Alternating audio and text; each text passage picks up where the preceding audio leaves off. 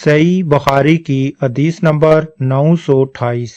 نبی کریم صلی اللہ علیہ وآلہ وسلم جمعے میں 2 خطبے دیتے اور دونوں کے بیچ میں بیٹھتے تھے۔ خطبہ جمعہ کے بیچ میں یہ بیٹھنا بھی مسنون طریقہ ہے،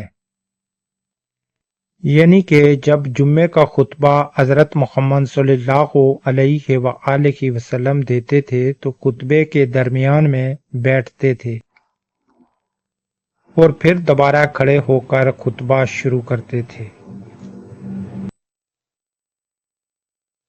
صحیح بخاری کی حدیث نمبر 929۔ حضرت محمد صلی اللہ علیہ وآلہ وسلم نے فرمایا کہ جب جمعے کا دن آتا ہے تو فرشتے جامع مسجد کے دروازے پر آنے والوں کے نام لکھتے ہیں۔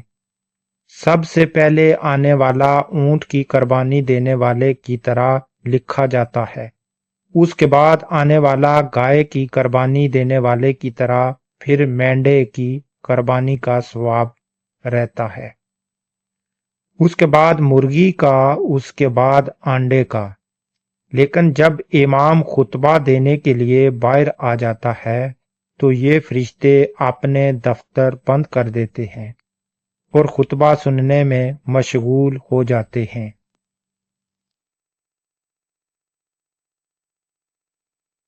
اس حدیث میں فرمایا گیا ہے کہ ہمارے پیارے نبی حضرت محمد صلی اللہ علیہ وآلہ وسلم نے فرمایا کہ جب جمعے کا دن آتا ہے تو جامع مسجد کے دروازے پر فرشتے کھڑے ہو جاتے ہیں، اور جب نمازی نماز جمعہ کے لیے آتے ہیں تو جو سب سے پہلے نمازی آتا ہے تو اس کا نام لکھ لیتے ہیں، اور جو پہلے نمبر پر آتا ہے اس کو ایک اونٹ کی قربانی کے برابر کا ثواب ملتا ہے، اور جو دوسرے نمبر پر آتا ہے اس کو ایک گائے کی قربانی کے برابر کا ثواب ملتا ہے، جو تیسرے نمبر پر آتا ہے اس کو یعنی کہ ایک بکرے یا دمبے وغیرہ کی قربانی کے برابر کا ثواب ملتا ہے، جو چوتھے نمبر پر آئے گا نماز جمعہ کے لیے فرشتے اس کا نام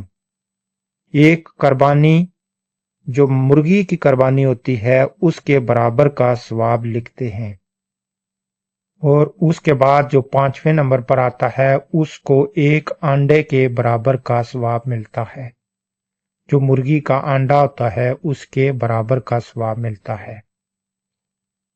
اور جب امام کھڑا ہو جاتا ہے خطبے کے لیے تو پھر فرشتے اپنا یہ کام بند کر دیتے ہیں اور خطبہ سننے میں مشغول ہو جاتے ہیں، اور پھر اس کے بعد جو نمازی آتے ہیں ان کو برابر نماز جمعہ کا ثواب ملے گا۔ اس لیے ہر مسلمان کوشش کرے کہ جمعے کے دن وہ سب سے پہلے پہنچے اور قربانی اونٹ کے برابر کا ثواب حاصل کرے، اور اگر پہلے نمبر پر نہ پہنچ سکے تو کوشش کرے کہ جو 5 نمبر ہیں یہ پہلے، ان میں سے کوئی ایک نمبر حاصل کر کے یہ اجر و ثواب حاصل کرے اور اپنے نامہ اعمال میں اضافہ کرے۔ صحیح بخاری کی حدیث نمبر 930۔ ایک شخص آیا، نبی کریم صلی اللہ علیہ وآلہ وسلم جمعے کا خطبہ دے رہے تھے۔ حضرت محمد صلی اللہ علیہ وآلہ وسلم نے پوچھا کہ اے فلاں، یعنی کہ اس کا نام لے کر اسے پکارا، کیا تم نے تحیات المسجد کی نماز پڑھ لی ہے؟ اس نے کہا کہ نہیں۔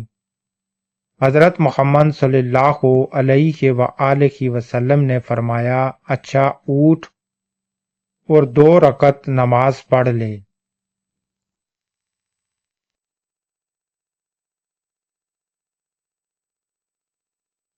صحیح بخاری کی حدیث نمبر 931۔ ایک شخص جمعے کے دن مسجد میں آیا، نبی کریم صلی اللہ علیہ وآلہ وسلم خطبہ پڑھ رہے تھے۔ حضرت محمد صلی اللہ علیہ وآلہ وسلم نے اس سے پوچھا کہ کیا تو نے تحیات المسجد کی نماز پڑھ لی ہے؟ آنے والے نے جواب دیا کہ نہیں۔ حضرت محمد صلی اللہ علیہ وآلہ وسلم نے فرمایا کہ اٹھو اور 2 رکعت نماز تحیات المسجد پڑھ لو۔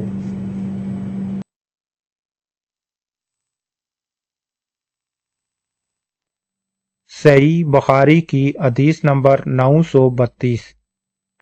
حضرت محمد صلی اللہ علیہ وآلہ وسلم جمعے کا خطبہ دے رہے تھے کہ ایک شخص کھڑا ہو گیا اور عرض کیا، یا رسول اللہ صلی اللہ علیہ وآلہ وسلم، مویشی اور بکریاں ہلاک ہو گئی بارش نہ ہونے کی وجہ سے۔ حضرت محمد صلی اللہ علیہ وآلہ وسلم دعا فرمائیں کہ اللہ تعالی بارش برسائیں۔ چنانچہ آپ صلی اللہ علیہ وآلہ وسلم نے دونوں ہاتھ پھیلائے اور دعا کی۔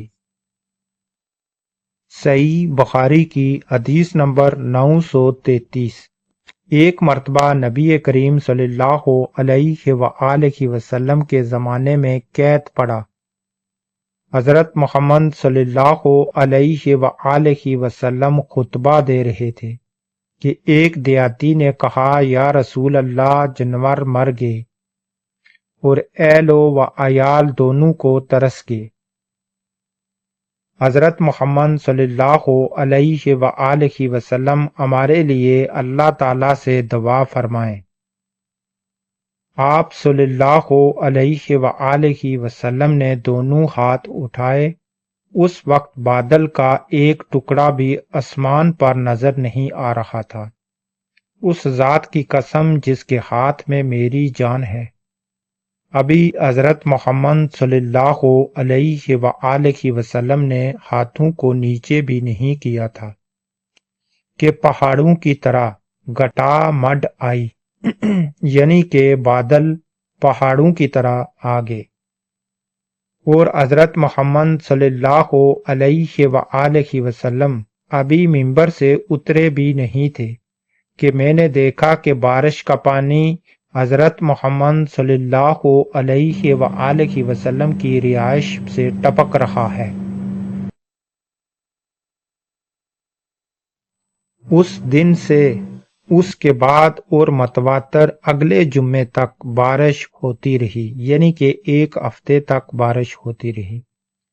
دوسرے جمعے کو یہی دیہاتی پھر کھڑا ہوا، یا کہا کہ کوئی دوسرا شخص کھڑا ہوا اور عرض کی کہ یا رسول اللہ، عمارتیں منہدم ہو گئی ہیں، یعنی کہ گر گئی ہیں، ختم ہو گئی ہیں، اور جانور ڈوب گئے ہیں۔ حضرت محمد صلی اللہ علیہ وآلہ وسلم ہمارے لیے اللہ سے دعا کیجیے۔ حضرت محمد صلی اللہ علیہ وآلہ وسلم نے دونوں ہاتھ اٹھائے اور دعا کی کہ اے اللہ، اب دوسری طرف بارش برسا اور ہم سے روک دے۔ حضرت محمد صلی اللہ علیہ وآلہ وسلم ہاتھ سے بادل کے لیے جس طرف بھی اشارہ کرتے، ادھر مطلع صاف ہو جاتا، یعنی کہ اس طرف کلیئر ہو جاتا، بارش ختم ہو جاتی۔